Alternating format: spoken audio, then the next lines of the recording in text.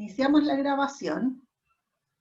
Para el repaso de la asignatura, preparé un PPT.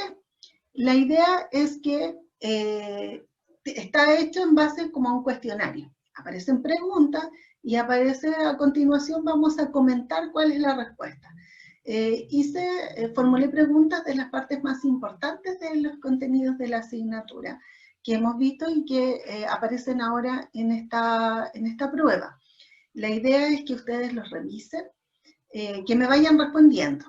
Y como siempre tenemos algún incentivo para responder, vamos a ir, me dicen el nombre y voy a anotar aquí el nombre y qué preguntas respondieron. Y eso también les va a permitir ganar algunas décimas para los controles. Para el que puede ser para el segundo o el control que viene, preferible para el segundo. Entonces yo tomo nota y les aumento inmediatamente las décimas. Por cada pregunta buena van a ganar 2 décimas. Máximo 5, o sea, máximo 1 punto. Para que todos tengan la oportunidad de responder. Pueden responder en el chat o pueden responder activando el micrófono. Así que veamos si funciona de esta forma. Lo hago siempre presencial, entonces en esta oportunidad vamos a innovar para ver si funciona de esta manera. Ya, la primera pregunta. Entonces, la idea de esto es hacer un repaso. Menciona 3 motivos por los que existen las organizaciones. Ya, Sebastián, cuéntame. Sebastián me va a escribir en el chat. Satisfacer necesidad, una necesidad, ¿sí? Sebastián. ¿Qué otra? Los costos de transacción, que el ahorro en compra de artículos, muy bien. Cuando tenemos, es más fácil que nosotros compramos y vendemos y entregar bienes y servicios para influir. Exacto, muy bien. Sebastián nos puso en el chat que era para satisfacer una necesidad, como por ejemplo la que planteamos que es tan importante ahora en las semanas, que no repetiré para que no quede en el video, pero que hablábamos fuera de video y que es tan importante para el 18. Satisfacer una necesidad, los costos de transacción, sí, efectivamente hay grandes diferencias si nosotros compramos como una persona individual, que si lo hacemos a través de una organización, y a través de una organización tenemos mucho más fuerza para influir en el entorno. A través de la organización podemos influir en lo que queremos, en nuestras ideas y conocer. Así que, Sebastián. Ya. Tuvimos ahí por qué se crean, por qué existen las organizaciones, ahí están.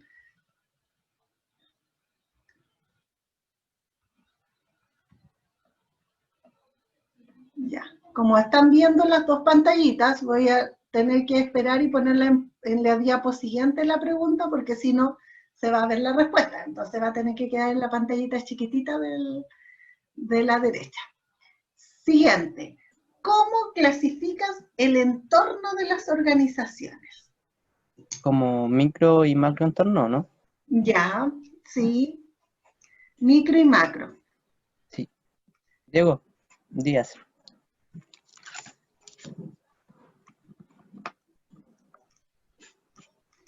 Ya. Micro y macro. Como También. Genérico y específico. Exacto. También al micro y al macro entorno lo denominamos como genérico y específico. Y hablamos de específico, relacionamos el específico con el microentorno. Es específico porque es el más cercano a la organización, incorpora a la industria, a diferencia del macroentorno que toma a todas las organizaciones.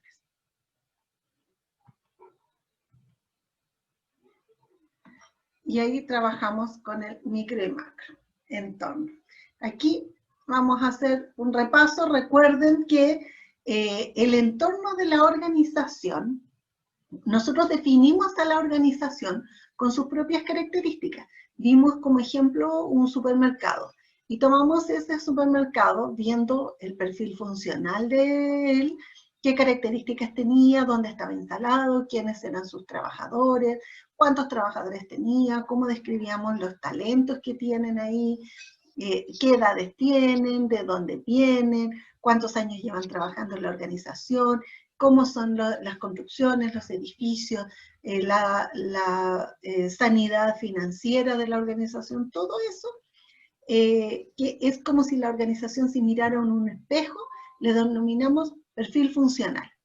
Luego viene un microentorno o entorno específico en el que miramos a la organización, pero en el contexto de todas las organizaciones que desarrollan actividades similares. En ese microentorno ya no solamente miramos a ese supermercado, sino a todos los supermercados. O sea, incorporamos a otras organizaciones que desarrollan labores similares. Ahí, esas organizaciones que desarrollan labores similares se nos denominan industria. ¿Y cómo analizamos la industria? Está en el control de lectura con más detalle, a través del análisis de las 5 fuerzas de Porter. Exacto. Entonces, Porter dice que cuando miramos una industria hay algunas características que hacen que sea más o menos atractiva. Ese atractivo permite conocer la industria, saber si en realidad me conviene invertir, qué historial hay al interior de esa industria en relación a nuevos entrantes, a rivalidad entre competidores, a la existencia de productos o servicios sustitutos, a la existencia, al poder que ejercen los clientes y al poder que ejercen los proveedores. Esa combinación de elementos hace que algunas industrias resulten más atractivas, algunas más competitivas, otras menos competitivas, pero esas características son necesarias de analizar cuando una organización está pensando en ingresar a una industria. Eso es respecto del microentorno. Este PPT lo voy a subir sí, voy a subir tanto el video como el PPT para que puedan estudiar, ¿ya? Pero tienen que comprenderlo, o sea, para mí es importante comprenderlo. Yo no les voy a pedir que respondan solo de memoria, yo les voy a pedir análisis en la prueba. Van a tener tiempo suficiente, pero van a necesitar hacer el análisis para que podamos saber si realmente el tema se comprende. Así que sí va a estar el PPT y el video, respondiendo a Sebastián, que me hizo la consulta en el chat. Después, además de mirar a la industria y su entorno, podemos mirar al conjunto de industrias, y aquí ya nos extendemos, nos ampliamos hacia un número mayor de organizaciones. Y ahí estamos pensando en el macroentorno o entorno genérico. En ese macroentorno estará la industria del supermercado, pero también existirá la industria de la producción de vestuario, la industria del retail, la industria de los bancos, la industria de las instituciones de educación, la industria de producción de alimentos, la industria de los restaurantes, de la comida rápida, o sea, en realidad diferentes tipos de industria. Todos esos componen el macroentorno de las organizaciones. Ahora, hay cosas que ocurren en el macroentorno y algunas de esas cosas, situaciones, modelos, afectan a la organización directamente y otras que no les afectan. Algunos de esos entornos son muy conocidos, muy parejos, son bastante simples, pero otros son mucho más complejos. Entonces, no basta con una sola clasificación del entorno, sino que es necesario evaluar si esa particularidad afecta a la organización y de qué manera está afectando a la organización. ¿Cómo analizamos el macroentorno? Primero sabiendo que está compuesto por muchas industrias y de pronto podría ocurrir que un hecho en particular afecte de una manera a una industria, favoreciéndola, y perjudique a la otra industria, o sea, desfavorable para otra industria, el mismo hecho. ¿Cómo analizamos? A ese análisis se lo denomina análisis PEST. También pueden escuchar como PEST, TAC, y es lo que en el libro señalaban que son factores políticos, político-legales, esa sería la P, económicos, sociales y tecnológicos. Normalmente esos son los más conocidos, PEST. Pero a veces en algunos análisis analizamos también otros como algunos culturales, ambientales, dependiendo de lo que ocurre. Exacto, el ambiente que señala Sebastián.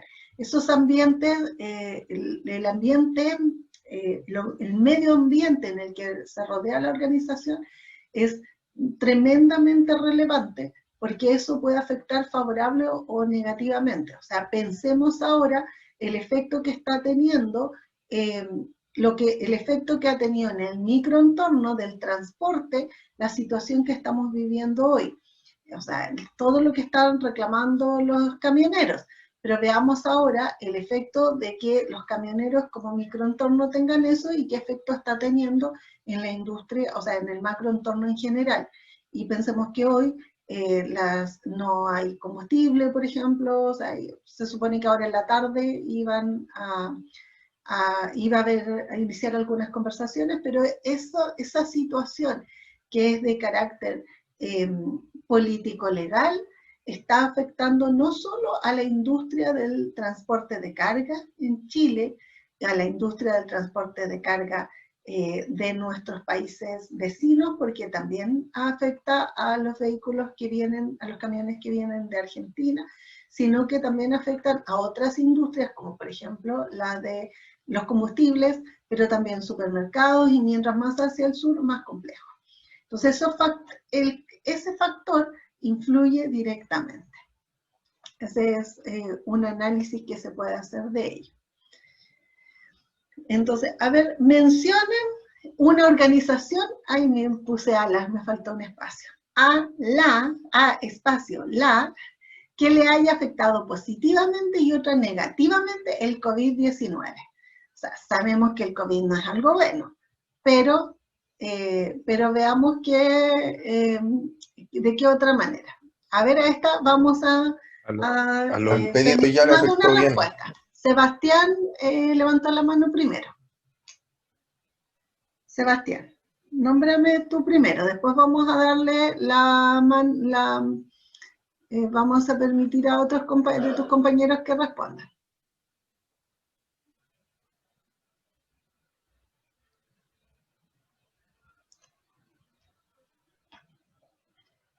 Sebastián, ¿vas a responder en el chat o en el Sí, chat? profe, en el chat está respondiendo. Ya. Después voy a revisar. Ya. Es un bot. Correos de Chile, Chile Express, reparto a domicilio, se vio beneficiado. Ya. ¿Qué empresas con el COVID? El reparto a domicilio, claro. Entonces, Sebastián nos dice que favoreció a las empresas que transportan pedidos que hemos hecho por internet. Entonces, tanto los que son de más largas distancias como Chile Express, como aquellos que son más cercanos, como por ejemplo el reparto a domicilio de comida u otras cosas. ¿Quiénes se han visto desfavorecidos? Aerolíneas, por ejemplo la TAM, y también menciona el turismo. Efectivamente son efectos súper potentes. A ver, vamos a ver quién más. Diego Lara, después Camila Montesinos y Margarita van a responder. Diego, no sé si puedes, de preferencia activen el micrófono, si no pueden, me responden en el chat.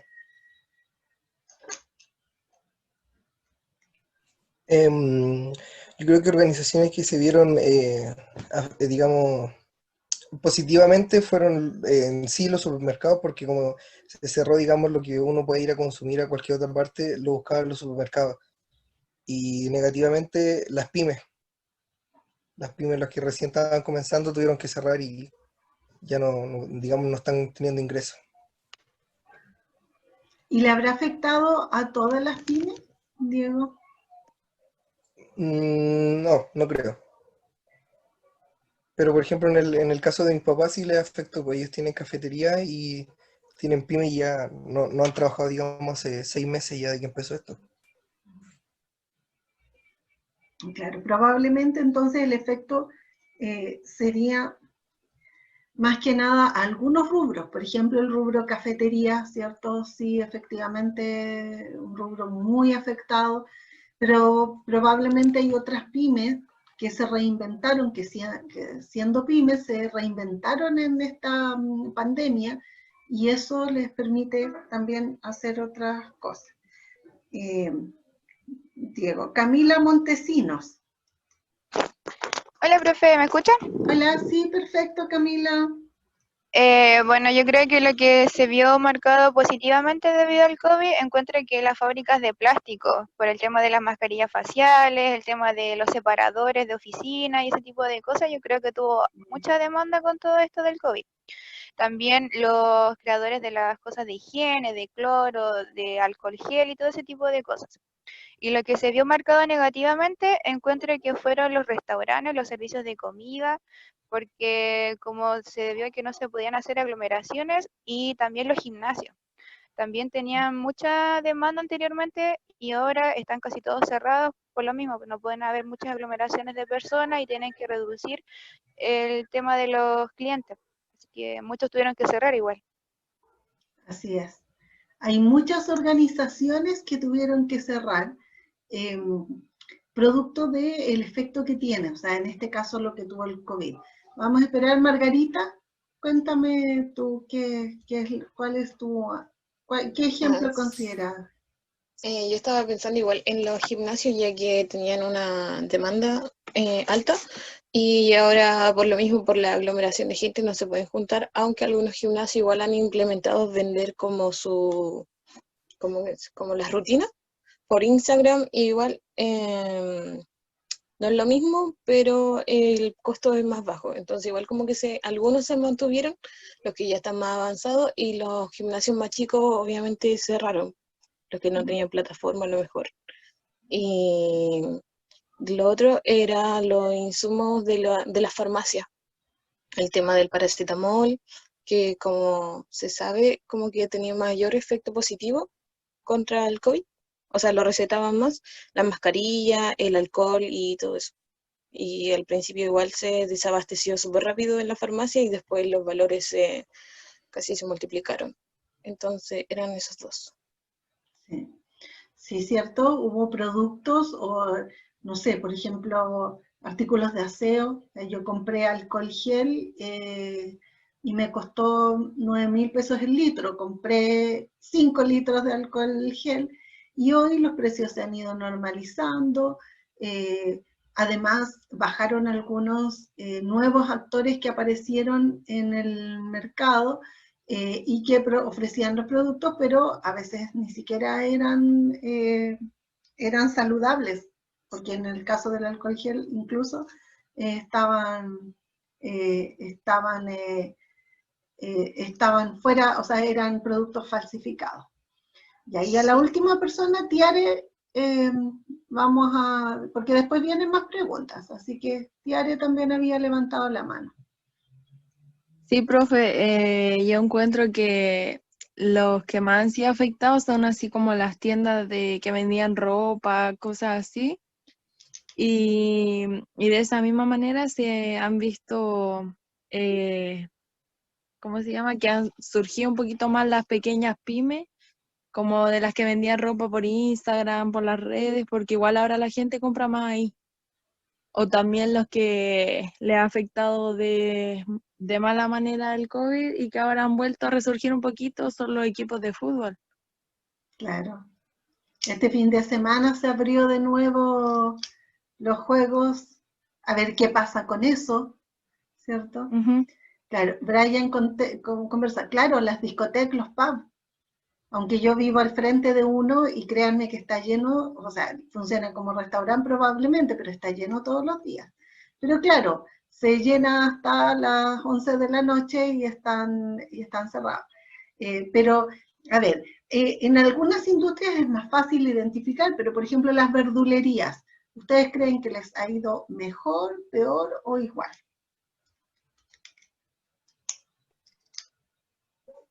Mejor. Profe, a mi parecer le ha ido mejor porque la gente está más en la casa y consume más. El consumismo se ha notado más en este tiempo.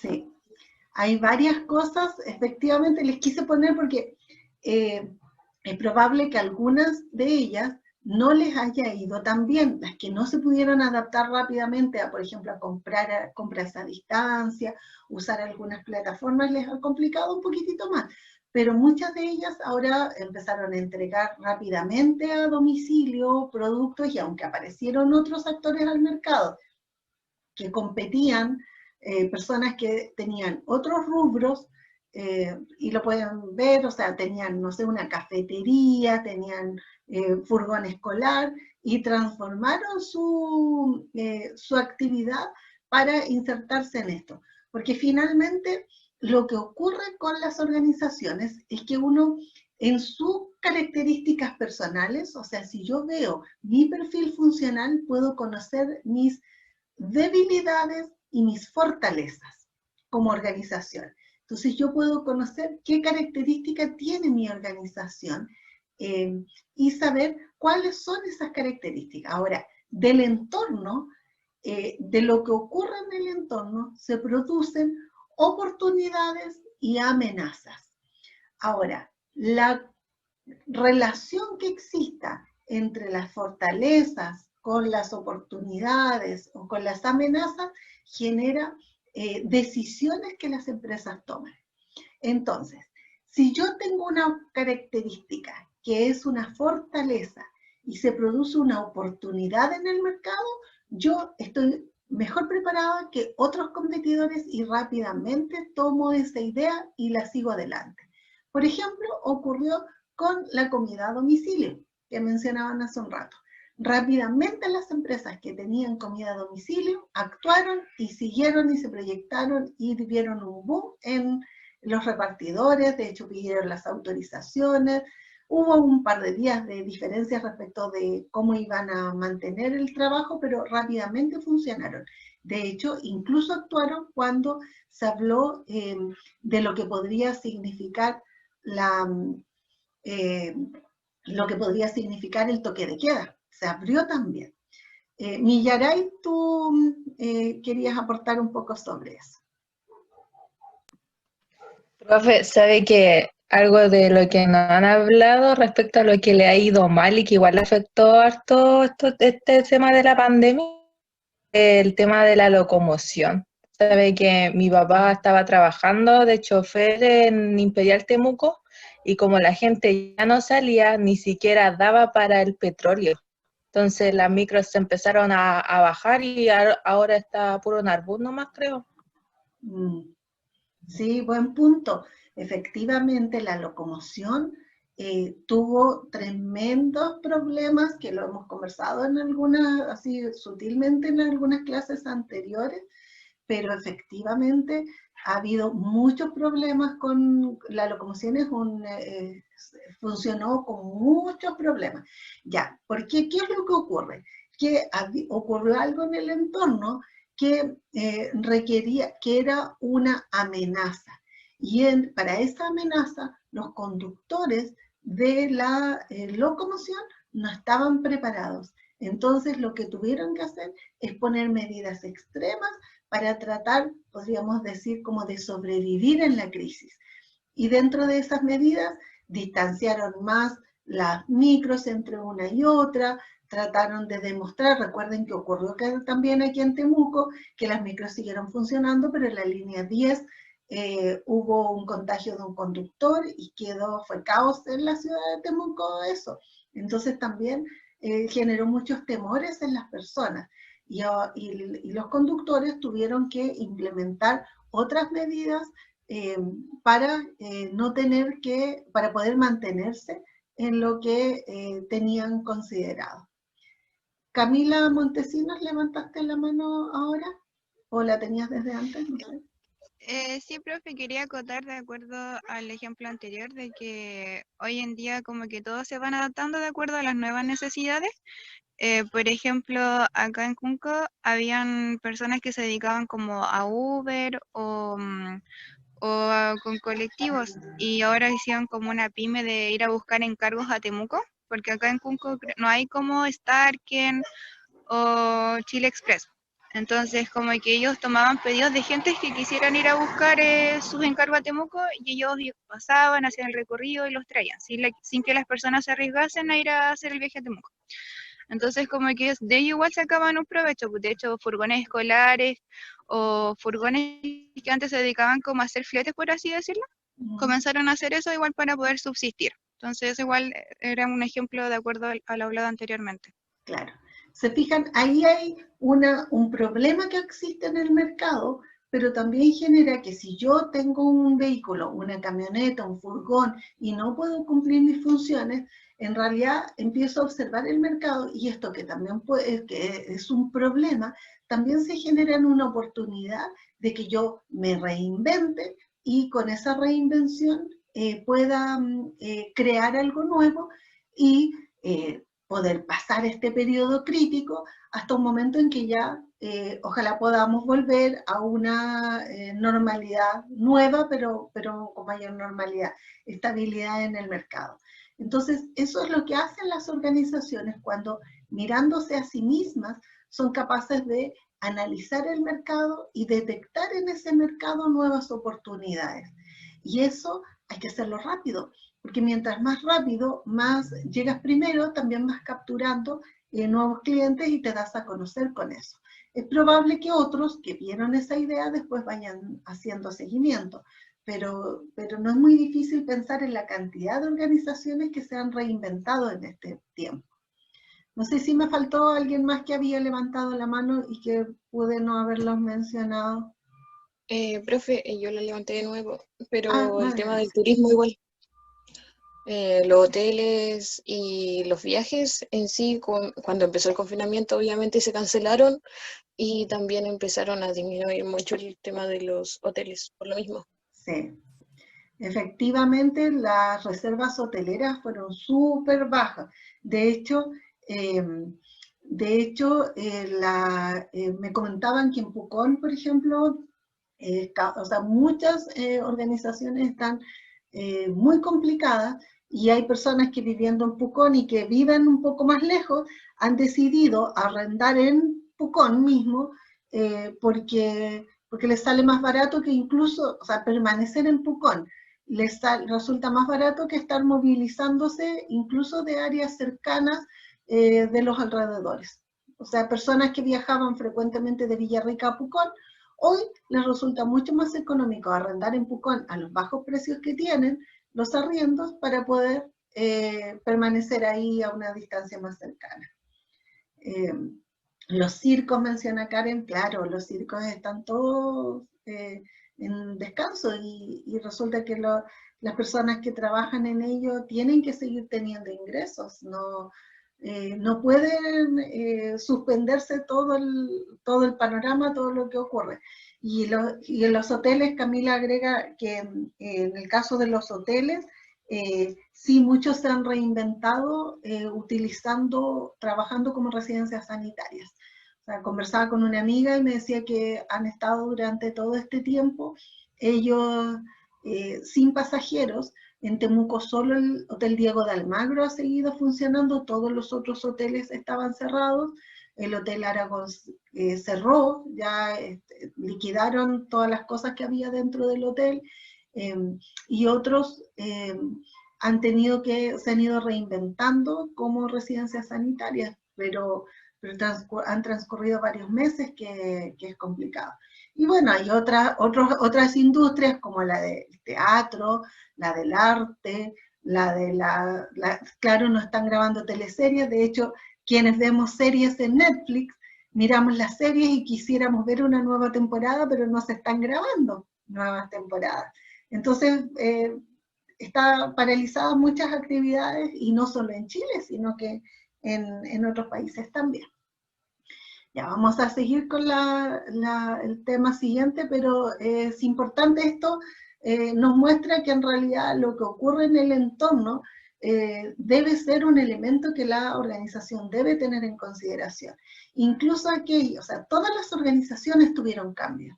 Aquellas que fueron capaces de adaptarse rápidamente y verse beneficiadas, pero también aquellas que se han visto perjudicadas. Para todas las organizaciones es un aprendizaje. Tal vez la flexibilidad es un elemento que se va a mantener en el futuro. Necesario para el futuro, ¿cierto? Y ahí hicimos la reflexión de qué pasa con el entorno. Otro tema que vimos era de los sistemas. Cuando vimos estos contenidos, Sebastián Espinosa, después te doy enseguida la palabra. Cuando vimos lo de los sistemas, cuando analizamos las características, solo un grupo lo había analizado en la clase de contabilidad. La otra mitad del curso todavía no lo había revisado.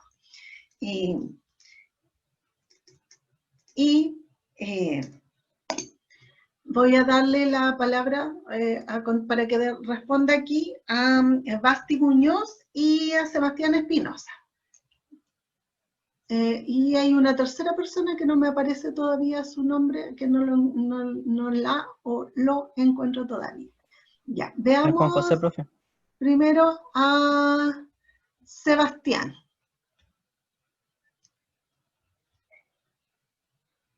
Sebastián, me parece que Sebastián nos responde en el... Voy a bajar la mano de Sebastián.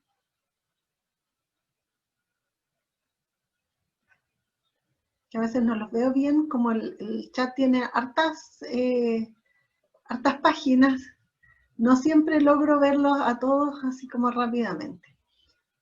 Sebastián me parece que responde en el chat, así que veo enseguida el chat. Y Diego Lara es la otra persona. Ya, entonces, va a responder Sebastián, luego Basti, y luego Diego, porque Margarita respondió después. Ya, son varios los elementos, dice Sebastián, se interrelacionan entre sí, tienen un objetivo común, las funciones repartidas y los estados de las mismas. Efectivamente. Ya. Sebastián, efectivamente, una característica principal, pero primordial de los sistemas es la interrelación que se produce. A ver, Basti, cuéntanos tú qué características viste de los sistemas. ¿Se escucha? Sí. Bueno, mi compañera dijo casi todas, pero está el conjunto donde están todos los factores humanos, los financieros, un plan común donde tienen como un objetivo que hay que alcanzar, que pueden ser tanto cortos como a largo plazo, y el conjunto de estados, las funciones y las relaciones. Como que eso tenía visto.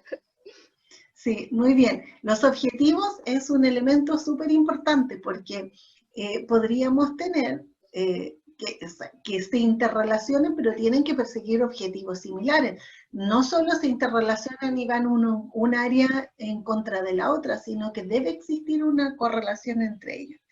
Y Diego me parece que era la otra persona, ¿cierto? ¿Qué dije? Sí, profe. Diego. Aquí estoy. Bueno, lo que le iba a decir, bueno, de todo lo que dijo el Seba, que las personas tienen un objetivo en común, además de, digamos, como pertenecer, para pertenecer y lograr formar algo, como por ejemplo cuando usted mostró la foto de los estudiantes que hicieron el logo de la universidad, donde se pusieron ropa del color y, digamos, se coordinó para que todo calzara en el lugar. Exacto. Los objetivos es algo muy, muy relevante. Sebastián, ¿querías complementar algo de lo que mencionaste? Sebastián Espinosa.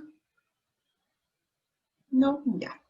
Que fui bajando aquí la manita. Ya. Margarita, la próxima, ahí te voy a...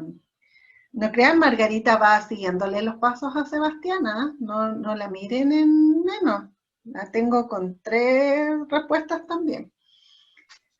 Y también lo del conglomerado, profe, que es como que tienen iguales factores a lo mejor, pero no tienen ninguna relación entre ellos. Buen punto, ¿cierto? Lo que está al otro lado de los sistemas y que no se interrelacionan, no lo podemos denominar sistemas, sino que lo llamamos conglomerado. Y en ese conglomerado se pueden dar distintos, hay elementos, sí, están juntos, sí, pero esos elementos no se interrelacionan ni tienen un objetivo común. Y por eso no conforman un sistema. Muy bien, Margarita. Ya, veamos la siguiente, que nos quedan varias todavía y no sé cuánto tiempo nos queda en la clase, ya nos queda poquito. ¿Y qué características tienen? Bueno, ahí aparece, ¿cierto?, el enfoque sistémico, que había en elementos que los distinguía y relaciones entre las partes. Todo esto está descrito con mucho detalle en el material de lectura, que tuvieron de lectura. Ahora, también es importante mencionar que también los sistemas tienen ingresos, tienen elementos de entrada, tienen procesos de transformación y elementos de salida, entendiendo que no necesariamente la transformación es un elemento industrial, o sea, no necesariamente lo que ingresa son materias primas y lo transformamos, no sé, harina, huevos, leche, lo mezclamos y sale un panqueque, no, sino que también hay otros elementos necesarios para la prestación de servicios, por ejemplo, donde ingresan horas de capital intelectual, de trabajo, horas de personas, de trabajo, pero también ingresa energía, un computador, como por ejemplo en estas clases, en que hay elementos de acceso, en que ustedes tienen sus celulares, sus computadores, yo estoy en el mío, estoy aquí en mi casa, hay una silla, una luz, un foco que alumbra mi cara porque ahora ya está más oscuro. Hay una serie de elementos que son de entrada, pero esos elementos combinados de una manera adecuada permiten que aquellos conocimientos que yo tengo, la búsqueda del libro, los materiales, el programa PowerPoint, el uso de Zoom, etcétera, se ordenen y se configuren de una manera que se produce una transformación para otorgar un elemento de salida que sería una clase y producir el aprendizaje para ustedes. Y esos elementos requieren también una instancia de control permanente. O sea, ir identificando qué elementos son los que han funcionado, qué resultan y cuáles otros es necesario que vayamos perfeccionando y mejorando en estas poquitas semanas, irlo corrigiendo para que podamos tomar esas decisiones y arreglarlo. Como hemos ido corrigiendo hasta el momento los problemas que se han ido dando, por ejemplo, en materias de conexión, en subir los videos, en que de pronto, no sé, no subí el video inmediatamente en la noche y ustedes me lo recuerdan. Todos esos son elementos de control que nos permiten estar más tranquilos. Si ustedes no me lo dijeran, si yo no lo supiera, a lo mejor llegaría a la clase y el video podría no estar arriba. Y si eso no estuviera, entonces afectaría el resultado que ustedes tienen. Siempre uno debe tener elementos de control para saber si las cosas están funcionando o no. Eso también es fundamental para las organizaciones. Ya, otra.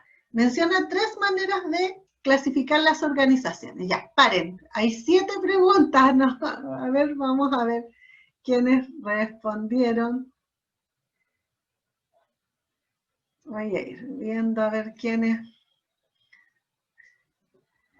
Ya, Valentina Lagos, José Orellana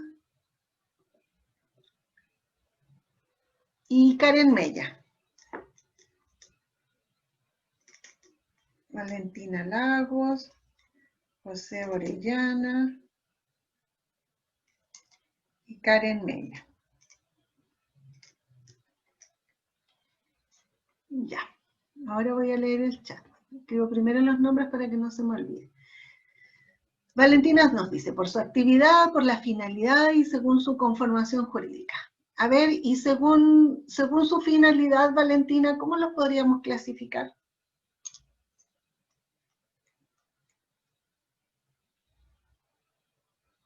Según su finalidad.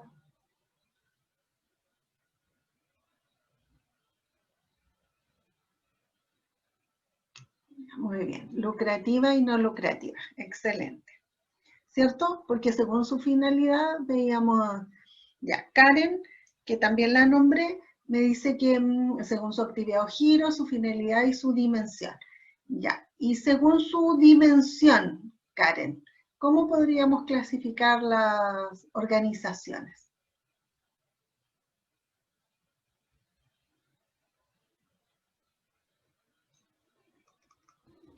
¿Me escucha bien? ¿Te escucho? Ya. Podemos ver dos puntos de vista, según el nivel de ventas y el número de trabajadores. Y su tamaño pueden ser micro, pequeñas, medianas y grandes. Muy bien, excelente. ¿Y la otra persona era José Orellana?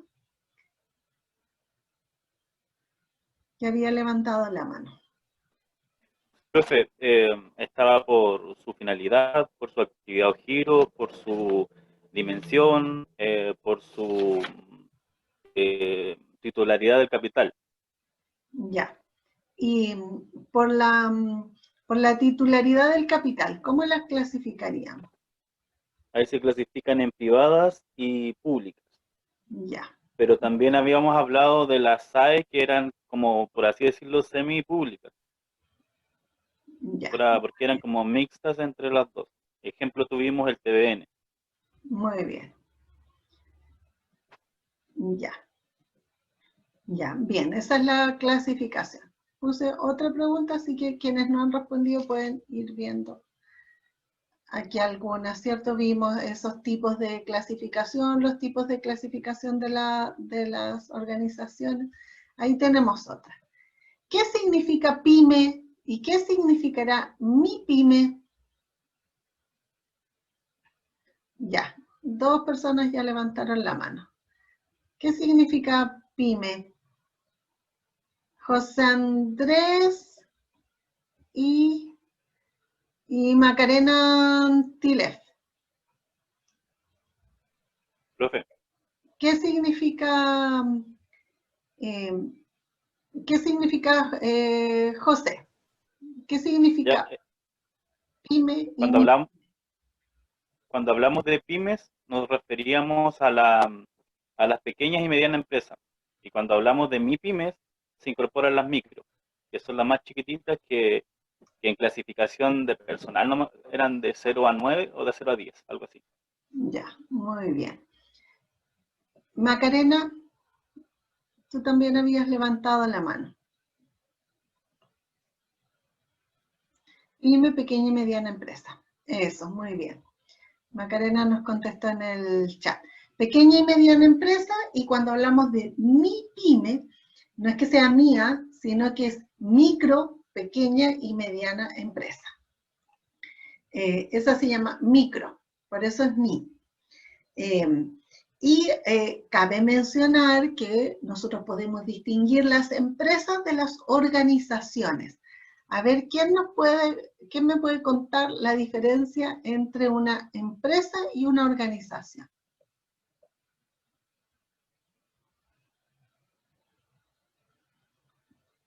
Margarita, no sé si tú levantaste ahora la mano o la tenías levantado. La tenía levantado de la otra pregunta. Ya. Brian entonces nos va a responder esto.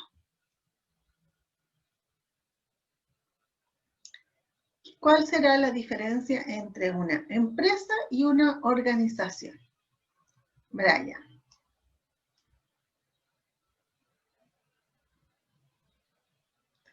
Las organizaciones no tienen fines de lucro, sí, como una ONG. Muy bien. Por lo tanto, las empresas sí persiguen fines de lucro. Siempre que hablamos de empresas, hablamos de que persiguen fines de lucro. Ya, gracias Brian, porque contestó en el chat. Es que a veces me escriben directamente en el chat en forma privada y no todos ven las respuestas. Así que por eso, aun cuando está en el chat, por eso siempre las leo para mantener la posibilidad. Exactamente esa es la diferencia. Veamos la siguiente. Era, ¿qué aspectos distinguen a una empresa lucrativa de una que no lo es? Ya. Lucrativa. Voy a buscar aquí quiénes.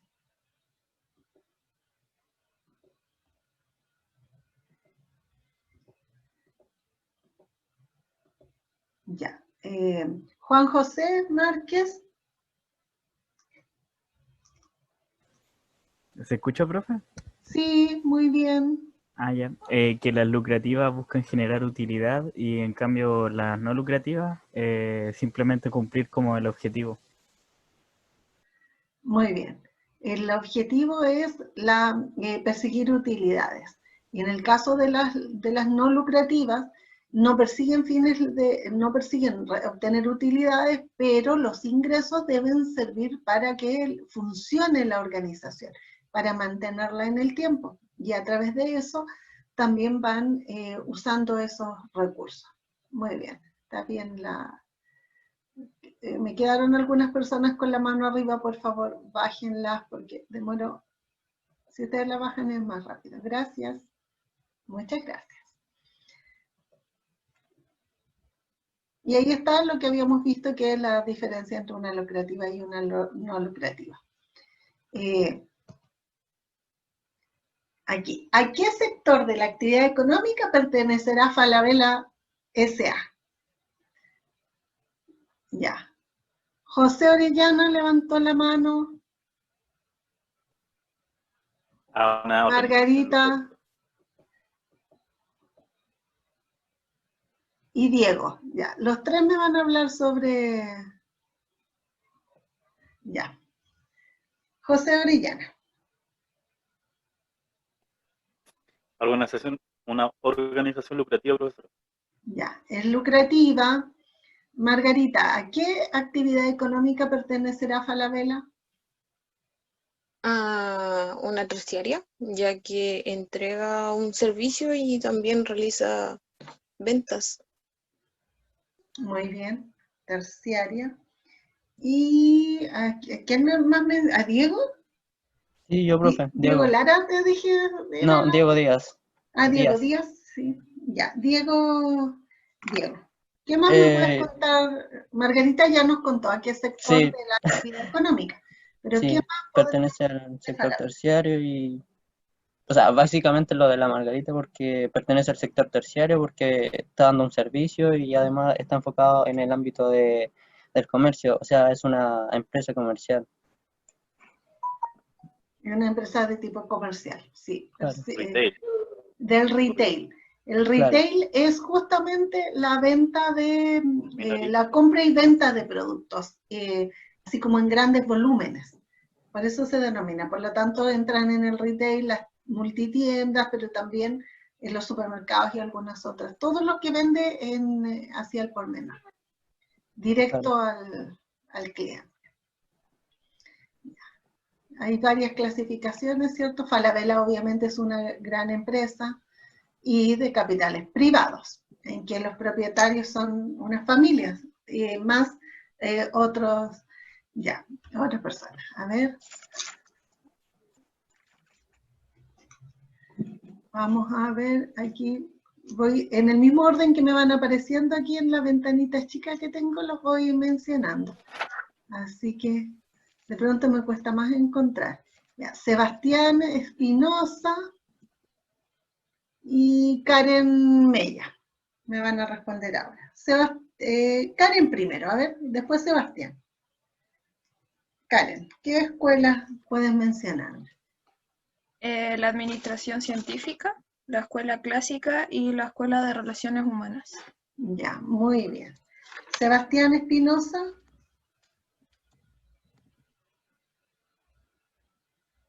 La escuela científica, la de clásica y la de, mira, me dijo las mismas, se pusieron de acuerdo, están copiándose en el virtualmente, están pensando lo mismo.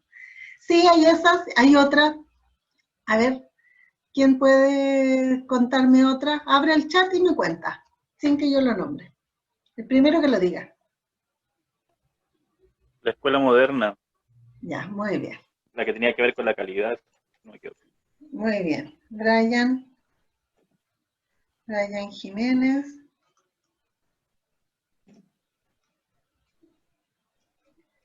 ¿Profe? Sí.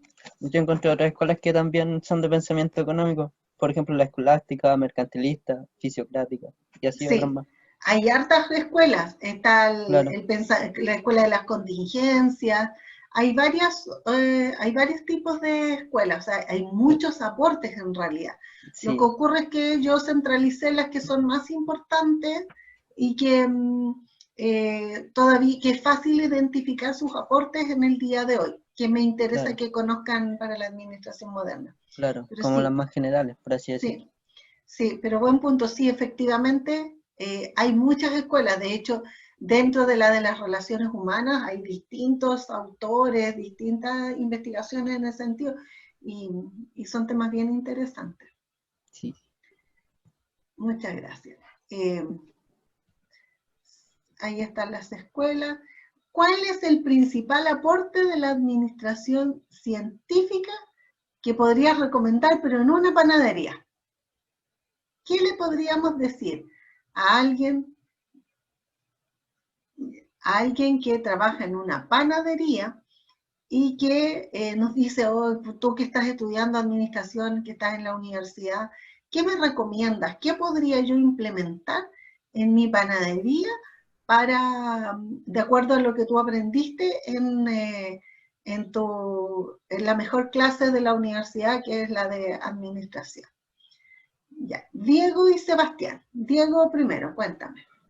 En el caso de una panadería, sería, por ejemplo, dividir los trabajos, por así decirlo, ver alguien que maneje, o sea, que esté como de administrador de los distintos procesos que lleva la panadería, por ejemplo, en el proceso de fabricación, el proceso de venta y todos los procesos que conlleva por así decirlo, el hacer pan.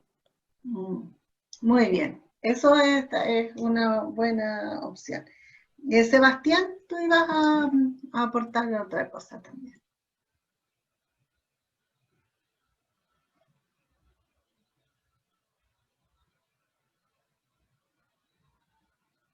Exacto. Profe, Analizar, Sebastián nos dice que estudiar la tarea creando una ciencia para hacerla más rápido. Entrenar bien al trabajador, por ejemplo, identificar qué labores se desarrollan, analizar esas labores y entrenar con la forma correcta a los otros trabajadores que están participando también, que trabajan ahí en la panadería.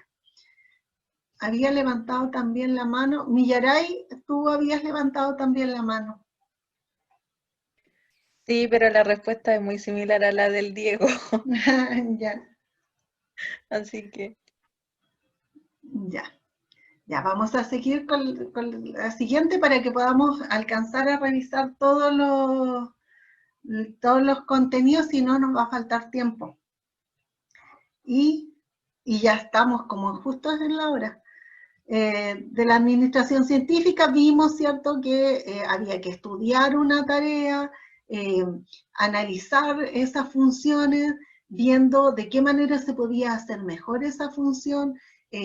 Después que ya teníamos identificado cuál era la mejor forma, entrenábamos a los otros trabajadores para que sigan haciendo, para que lo hagan de esa manera.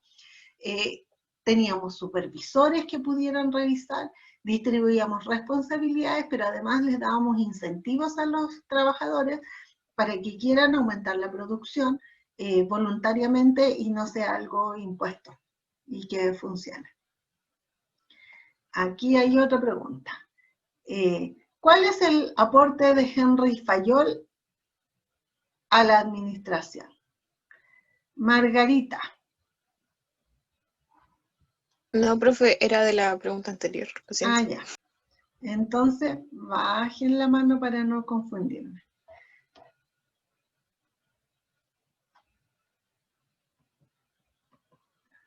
Ya. ¿Qué aportó Henry Fayol que pudo servir a las organizaciones? Millaray. Fayol impuso más como la eficiencia para la empresa y hizo los 14 principios. Y veía la organización como un todo. Muy bien. Fayol, uno de los principales aportes de Fayol es que vio la organización como un todo, ayudó a crear estructuras y ayudó y permitió también crear otras. Margarita, ¿tú quieres también levantaste la mano? Sí, básicamente lo mismo, y también que su idea consistía en separar cada función en unidades para como agilizar, y lo mismo hizo como con sus, o sea, como el modelo del auto de Henry Ford, y eso, más que nada de... Sí, muy bien, porque el modelo de Henry Ford era de la administración científica, pero en realidad lo que hizo Fayol es que al separar en actividades, ayudó a conformar una estructura en las organizaciones que fuera ad hoc o más apropiada con lo que había que hacer en la organización. Ya. Hizo, ¿cierto? Puso énfasis en la organización y creó los 14 principios. A ver, ¿quién me quiere mencionar? ¿Hay algún principio que no comprendan? ¿Alguno que les resulte difícil?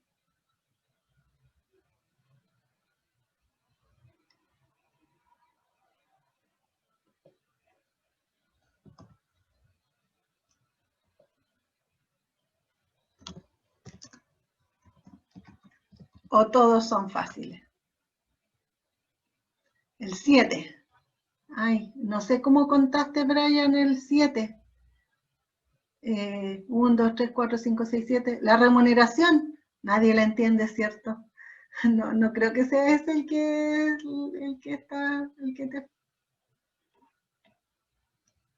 ¿O era ese? Ah, sí, era la remuneración. Ya. Remuneración. El principio de remuneración tiene relación que por la labor que las personas desarrollamos, tenemos que recibir una remuneración que es una compensación justa. Y tiene que ser una remuneración que nos permita también tomar decisiones respecto de ellas. O sea, no tiene el mismo incentivo que nos paguen solo con bienes. O sea, si yo trabajo en la universidad y me pagaran solo en educación para mis hijos, puede ser una buena instancia, pero en realidad también tengo que financiar otros gastos y la remuneración me permite financiar todos ellos. Hay otras personas que han escrito, no queda en la mayoría de los casos. Claro, hay, ¿cierto? Brian nos dice, el concepto de justicia respecto de la remuneración. Ese es un concepto muy personal. Podemos considerar que hay una remuneración justa o no la hay, pero siempre existe también, precisamente por eso, la libertad de que no permanezcamos en aquel lugar donde no haya justicia en la remuneración. Porque tal como vimos en una clase anterior, de pronto podríamos tener una remuneración que sea más baja, pero tal vez yo en un inicio de la carrera le estoy dando prioridad a otras cosas, como viajar, conocer, aprender, reinsertarme, tener flexibilidad para reinsertarme laboralmente, ir a, no sé, al lugar de mis sueños, que me financien a lo mejor una formación, que permitan que yo ponga a prueba, que pueda mostrar mis iniciativas, como nos menciona Basti, que yo pueda poner a prueba y mostrar lo que yo he creado, y eso me motiva a seguir adelante. Pero obviamente tiene que ver en un entorno correspondiente, la remuneración. Vimos la división del trabajo, que en principio es separar las tareas. Aquí nos vamos a detener en la centralización, que también me preguntaban. La disciplina, que nosotros debemos conocer las reglas y tenemos que seguir adelante. O sea, yo les doy algunas reglas en la clase y no puedo estar cambiándoselas permanentemente, porque eso sería inestabilidad para ustedes. Entonces, sabemos que la prueba va a ser online, y yo el día de la prueba, 1 hora antes, les digo que no, que va a ser presencial en la universidad. Sería caótico, ¿cierto? La subordinación del interés particular al interés general, es decir, es más importante el interés general, sin perjuicio de que es importante conocer el interés de una persona. No movilizamos la organización solo porque una persona lo diga, a menos que esa idea sea potente, la evaluemos, la analicemos y finalmente sea aquella idea que prime y que nos movilice a todos como organización. Aquí está lo que Brian nos decía, que es la remuneración. Claro, tiene que haber un equilibrio. Probablemente todos los trabajadores, hoy está en discusión el tema del aumento del sueldo mínimo. Leía en las redes sociales que se pensaba en un porcentaje negativo, es decir, que el sueldo mínimo, en vez de crecer, bajara, pero el gobierno propuso un incremento en 0%. Entonces ahora empieza la negociación con cuál va a ser el nuevo sueldo mínimo. La centralización significa que en realidad sí se puede delegar en los trabajadores, pero que en realidad cuando se delega debe ser equilibrado acorde con el éxito de las tareas, pero manteniendo la supervisión. Para que las personas, aquellas actividades que se hacen de manera descentralizada, puedan también supervisarse y moverse en hacia un mismo objetivo de la organización. Entonces, la gerencia, quien toma esta decisión, delega en distintas personas, pero tiene que supervisar y acompañar a esas personas. Ahora, en momentos más críticos, existe menos descentralización, y normalmente la empresa toma nuevamente eso y la trae en sí, y los gerentes empiezan a tomar las decisiones de manera más directa. El orden y la equidad, la estabilidad, la iniciativa y la unión.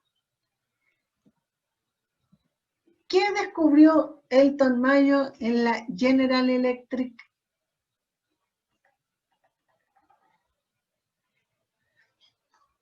Nos quedan poquitas, así que vamos a terminarlas ya. Nos vamos a pasar un par de minutitos, pero vamos a avanzar en esto. Ya. Margarita y Diego ya tienen, Margarita, Sebastián Espinosa, ya tienen sus 5 respuestas. Vamos, Diego Díaz, a ver, cuéntame, pueden seguir respondiendo, pero la idea les voy a ir dándole la oportunidad también. Cuando hayan otros compañeros que conozcan la respuesta, vamos a irle dando también la opción a sus otros compañeros. Diego Díaz. Ya, profe. Él lo que hizo fue como un experimento, y en ese experimento fue a una fábrica y creó, gracias a ese experimento, dio como la creación al efecto Hawthorne. Y eso es como aprender de la situación, es como tomar en cuenta lo que ocurre en distintos ámbitos, o sea, debido a, por ejemplo, la observación de los trabajadores, todo eso con respecto a la productividad que se tiene en un cierto periodo de tiempo. Ya. Es como aprender de la situación. Ya, a ver, Camila Montesino, ¿el efecto Hawthorne será el aprendizaje de una situación? ¿Será eso el efecto, o habrá otra cosa lo que pasó en esa fábrica? ¿Cómo, profe? ¿Me puede repetir la pregunta? Que le escuché un poco cortado. Cuéntame tú mejor, Camila, qué es lo que nos ibas a decir. O sea, el experimento que él realizó fue una fábrica, me parece mucho, no sé si de costurera. Entonces él descubrió que al fondo de la fábrica como que colocó una fuente de luz. Entonces también descubrió de que mientras más luz había, más producción también había de parte de los trabajadores. Pero después con el tiempo descubrieron de que no era como un factor influyente en el nivel de trabajo de las empleadas. Entonces se dieron cuenta de que al haber personas que vean como supervisores o como autoridad, que lo estaban, entre comillas, vigilando, ellas también como que producían más. Entonces esa fue otra de las acotaciones que él realizó a través de su descubrimiento. Muy bien, la supervisión ayudaba. Margarita, cuéntanos tú cómo complementarías eso. No, lo que dijo la Cami, y que pero que, o sea, el efecto de la luz de las personas para determinar el efecto, o sea, me enredé, la productividad es directamente proporcional a la luz. Eso como lo que me quedó más. Esa era la idea inicial, pero después descubrieron algo que ocurre cuando las personas se sienten parte de algo, trabajan en conjunto, se produce algo entre las personas que hacen, que permitió investigar otros resultados. Sebastián, cuéntanos. ¿Ahí se habló del hombre social o no? Sebastián Espinosa nos iba a decir algo, espérenme, déjenme abrir el chat que a veces se me cierra. El hombre, claro, Sebastián nos dice que las personas no solo se motivan por el dinero, porque igual lo hacían con recompensas sociales. Este grupo de personas, lo que hacían era, lo que ocurrió con este grupo es que al estar en esta observación habían generado redes entre ellos, maneras de desarrollar las funciones que eran más eficientes. Y esas maneras las llevaban también. O sea, no solo se desarrollaban fuera de la organización, sino que también se trasladaban dentro. Y ellos valoraban ese sentido de pertenencia y de trabajo conjunto. O sea, ellos formaron lo que podríamos denominar un equipo, se valoraban. Entonces ahí se nació el concepto que José nos menciona en el chat, que es el hombre social, efectivamente. Porque se pensó en un concepto de que las personas nos relacionamos con otros, que sí nos interesa conocer a otros y que nos aprecien, lograr el aprecio de otros. Ya. ¿Alguien no se quiere opinar? José, ¿tú quieres opinar algo? Sí, que también en ese se veían que los trabajos monótonos y repetitivos afectaban a la eficiencia de las personas. Claro. Por otro lado, un trabajo que se repite siempre, siempre, siempre igual, no resulta nada grato, ¿cierto? ¿A quién no le ha pasado? Ya, aquí está el efecto, tuvimos una laminita con el efecto y cuál fue el descubrimiento de eso. ¿Cuál es el foco principal del concepto de calidad total? Concepto de calidad total.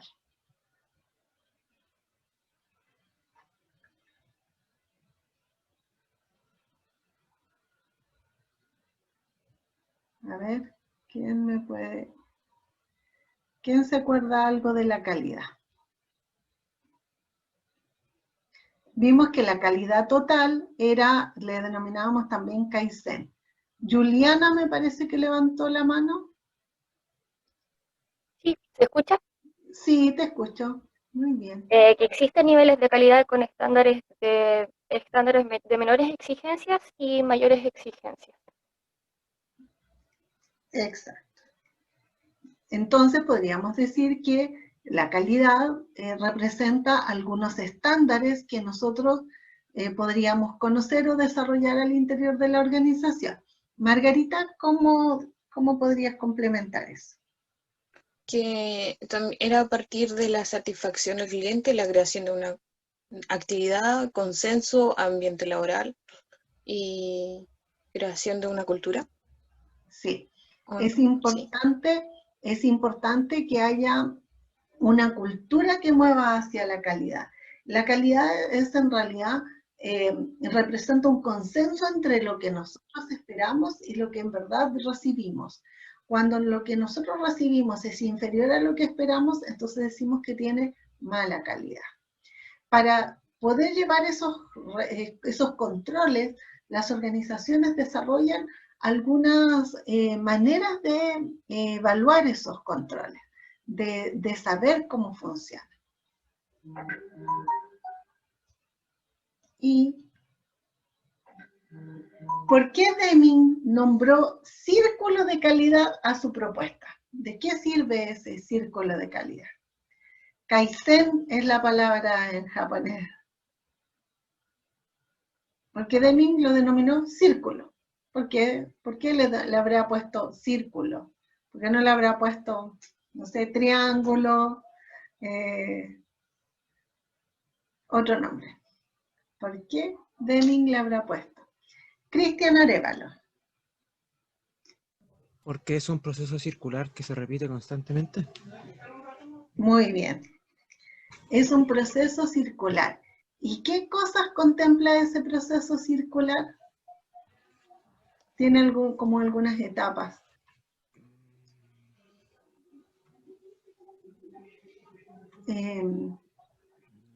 Baja la mano. A ver, Karen Mella. Planear, hacer, verificar y actuar. Ya. ¿Y para qué nos serviría eso, José Orellana?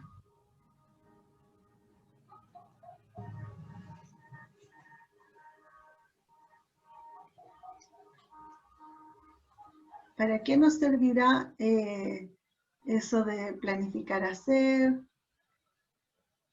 Vamos a pasar la minita siguiente. Profe, yo no tenía la mano levantada. Ah, ¿no tenías la mano? No la habías bajado entonces. Sí, estaba pegada. Ahí está. Por eso tienen que bajar la mano, porque si no, además que tengo que pasar por hartas ventanitas, entonces, Basti. Cuéntame. ¿Se me escucha, cierto? Sí, te escuchamos. No, es que al final como que el círculo de calidad de Deming como que puede permitir a todas las organizaciones a mejorar su competitividad o los productos, qué cosas tienen que mejorar, si es que tienen que reducir costos, optimizar la productividad, todas esas cosas. Muy bien. Como que para eso puede servir. Muy bien. Y porque esto está permanentemente como un círculo funcionando y volvemos a planear y volvemos a hacer y volvemos a validar, volvemos a actuar, pero con el aprendizaje volvemos, o sea, siempre estamos desarrollando esa misma función. Es un ciclo. A ver, el siguiente. Las 5 S. ¿Usan las 5 S en su vida?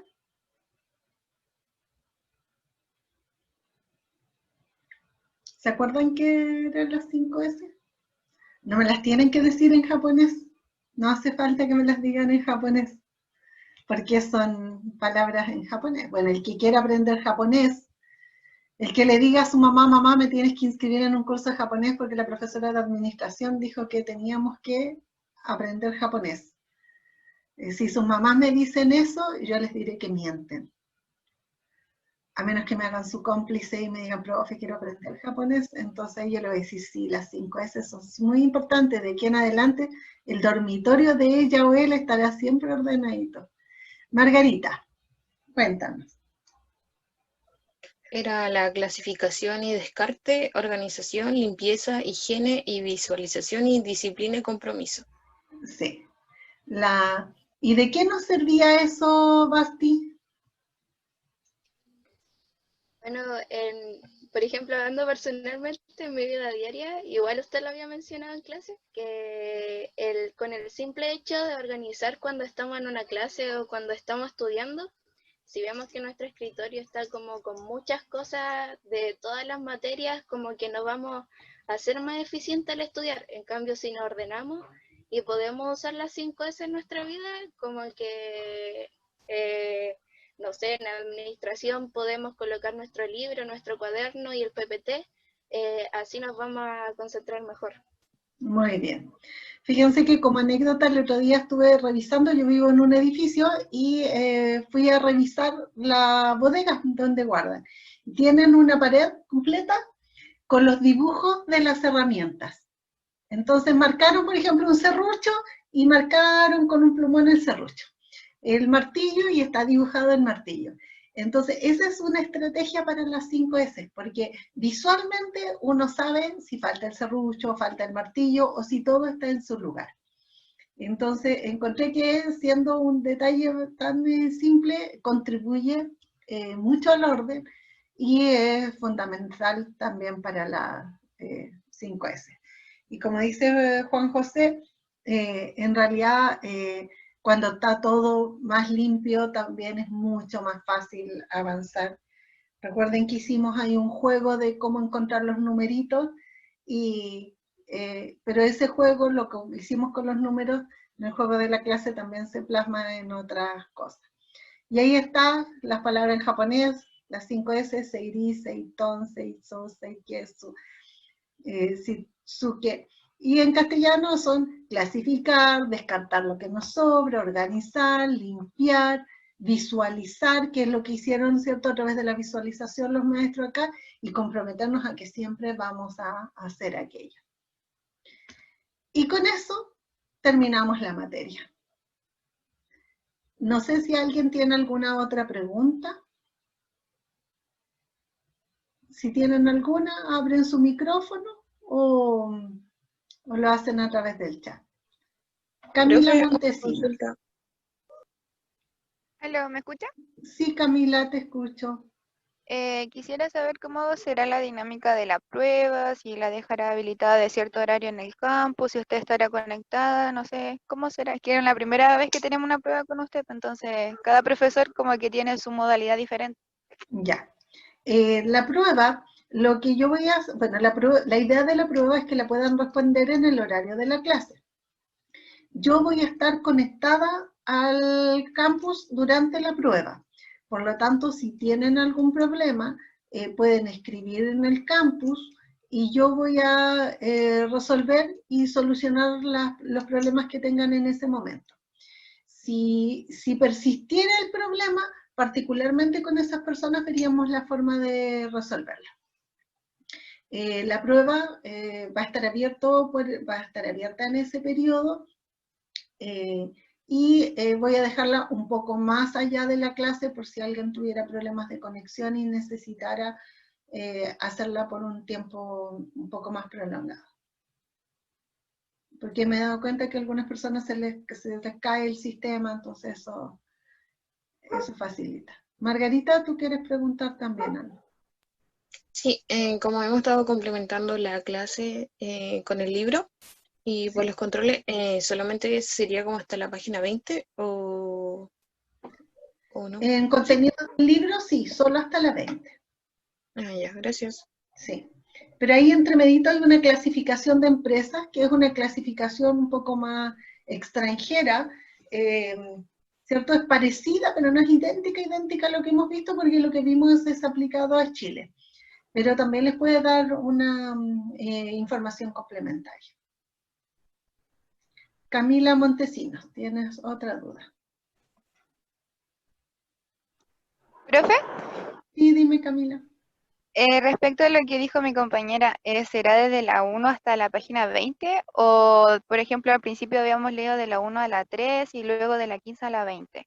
Sí, ¿será? Lo que ocurre es que entre medio hay algunos ejercicios, hay aplicaciones, hay información que es complementaria. Yo no voy a sacar de esos ejercicios pruebas para material para la prueba, pero hay como hartas páginas que abultan y que no tienen tanto contenido. Pero si quieren complementar, toda esa materia complementa lo que hemos visto en clase. Ah, ya. Oye, entonces las páginas que hemos leído y más la materia vista en clase. Sí, sí. Ya, profe, gracias. Diego. Profe, la temática, o sea, no la temática, sino que el modelo de la prueba va a ser, por ejemplo, verdadero y falso, alternativa, desarrollo, o cómo va a ser. tiene distintas opciones. Tiene en algunas partes que hay verdadero y falso, pero también otras en que tienen que, por ejemplo, leer, clasificar, revisar una organización o revisar un caso y resolverlo y anotar. Son cosas, todo eso dentro del campus. Ah, ya, ya. Profe, y otra consulta, ¿cómo cuántas preguntas va a tener la prueba? Ay, todavía no la termino, pero generalmente la hago, sí, la hago pensando en que la contesto yo y pensando en que ocupa el tiempo que yo demore en responderla por tres veces para que ustedes puedan responderla con más calma. Ah, claro, ya, ya. Les voy a dar un tiempo un poco más prolongado, entonces va a ser, a esa hora yo voy a estar, tengo que participar en una junta directiva, pero como es por Zoom, voy a estar igual conectada con la prueba. O sea, no voy a poder, por ejemplo, responder el teléfono, esas cosas, porque voy a estar conectada al computador, pero no hay ¿Cómo cuántas preguntas serán? ¿60? Ay, 100, no. No. A ver, igual que los más o controles, menos? yo hago una base de datos que tiene mucho más preguntas. O sea, no van a tener la misma prueba todos, ¿ya? Claro. Yo hago bancos de preguntas y aleatoriamente van apareciendo las preguntas de ese banco. Entonces, las que le aparezcan a Brian van a ser distintas de las que le aparezcan a Cristian, y distintas a las de Jaime, y distintas a las de Cristóbal, y a las de Javiera. Cada prueba es diferente. A lo mejor puede que en algunos casos coincidan más, en otras a lo mejor ninguna. Es lo mismo que ocurre con los controles. Y tal vez, como esto es aleatorio, a lo mejor alguna de las preguntas no le va a salir a nadie. Así funcionan las pruebas que yo armo. Y me imagino que es algo que ustedes ya se dieron cuenta en el control, ¿cierto? Todos son diferentes, se supone. En tiempo les voy a... Es el triple de... Como no he terminado todavía la prueba, no puedo definirles, pero va a ser no menos de 1 hora. Ah, ya, perfecto. Sí. Así que a las 6 de la tarde ya tienen que estar... Se empieza a las 6 en punto, ¿cierto? Sí, disponibles y listos. Un tips que se me había olvidado decirle, que a veces uno tiene problemas para conectarse, quienes tienen computador, sobre todo quienes se conectan por notebook. Para mejorar la conexión, piensen en tener un cable LAN. Es un cable que parece un cable de teléfono y se conecta en un puerto que tienen los computadores que es como una conexión parecida al teléfono. Eso se conecta al router que tengan en la casa y al notebook. Y eso mejora, pero mucho la velocidad. Así que es un tips que yo normalmente ocurro. Hoy justo no me conecté por cable porque mi hijo está actualizando el PlayStation, entonces se llevó el cable hacia la sala de estar.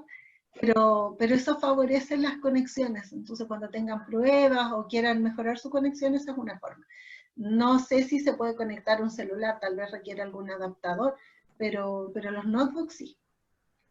Diego. Profe,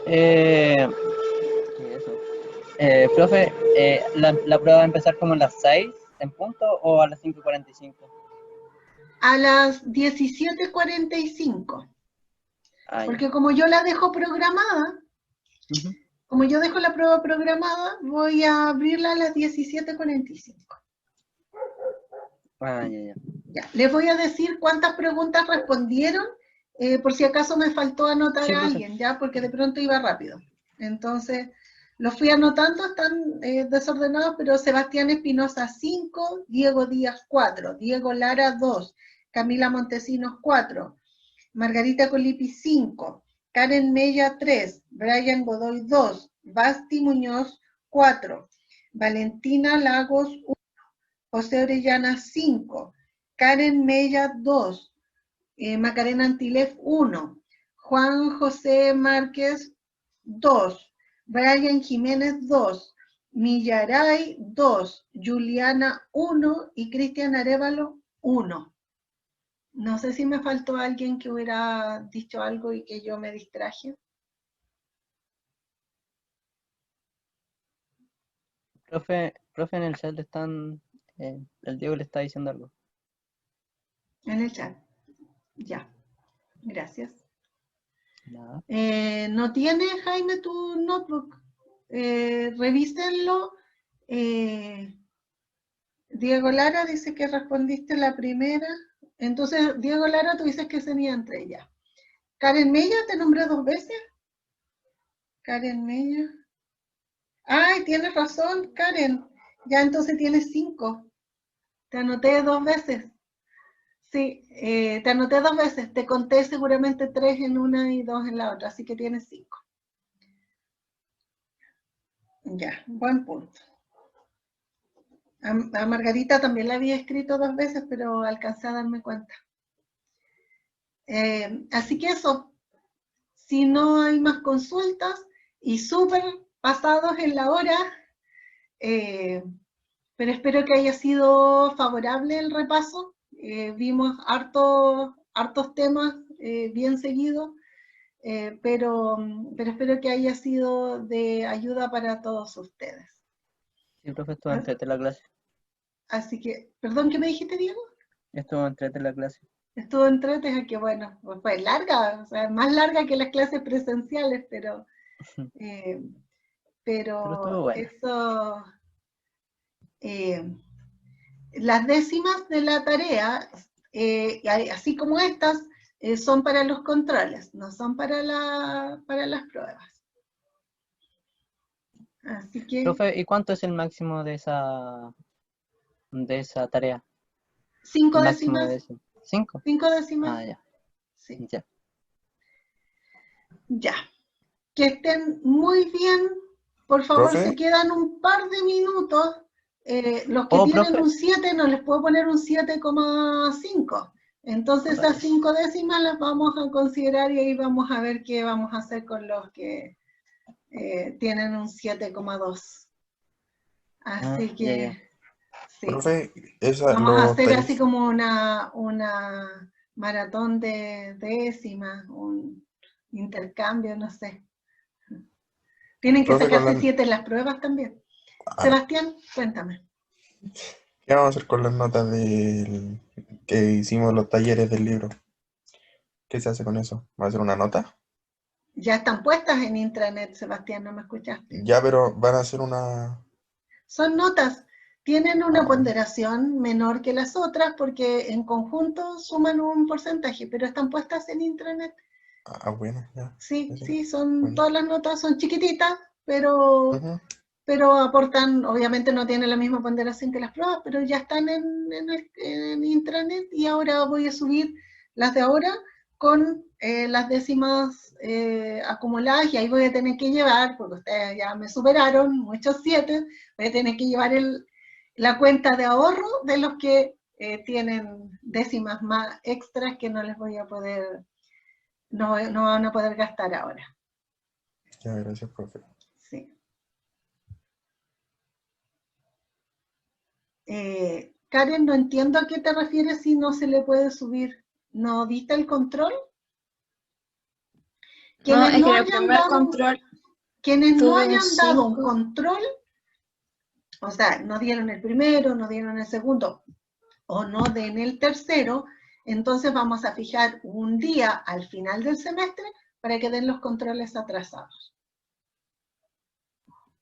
Profe, es que en el primero tuve un 5. ¿Esas décimas no se le pueden agregar al primer control? Ah, ¿y tienes un 7 en el segundo? Sí. Ah, sí, puede. Claro, lo que pasa es que como lo tengo en intranet, para subir las décimas tengo que reconstruir lo que ya subí, pero sí, me parece una buena idea. Ya, gracias. Ya, que estén muy bien, por favor, se quedan las 3 personas que tenían notas de control pendiente.